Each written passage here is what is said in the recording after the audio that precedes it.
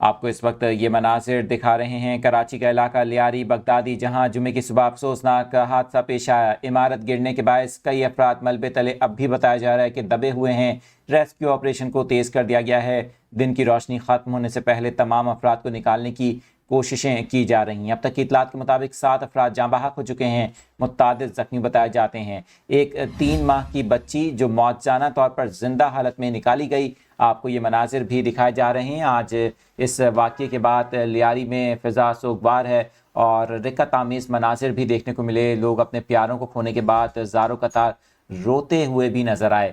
इस इमारत के गिरने के बाद कई दीगर इमारतों को भी नुकसान पहुंचा। इस वाक़ये के नतीजे में आसपास की जो इमारतें हैं उनको भी काफ़ी नुकसान पहुंचा है। 5 से 6 मंजिला बताया जा रहा है ये इमारत थी जो ज़मी बोस हो गई। इस इमारत का मुकम्मल हिस्सा गिर चुका है और मलबे का ढेर बन चुका है। कराची में होने वाले इस अफसोसनाक वाक़ये के बाद अब तक की ताज़ा इतलात जो सामने आ रही हैं, 7 अफराद जाँ बहक हो चुके हैं, जबकि मुत्तादिद ज़ख्मी बताए जाते हैं।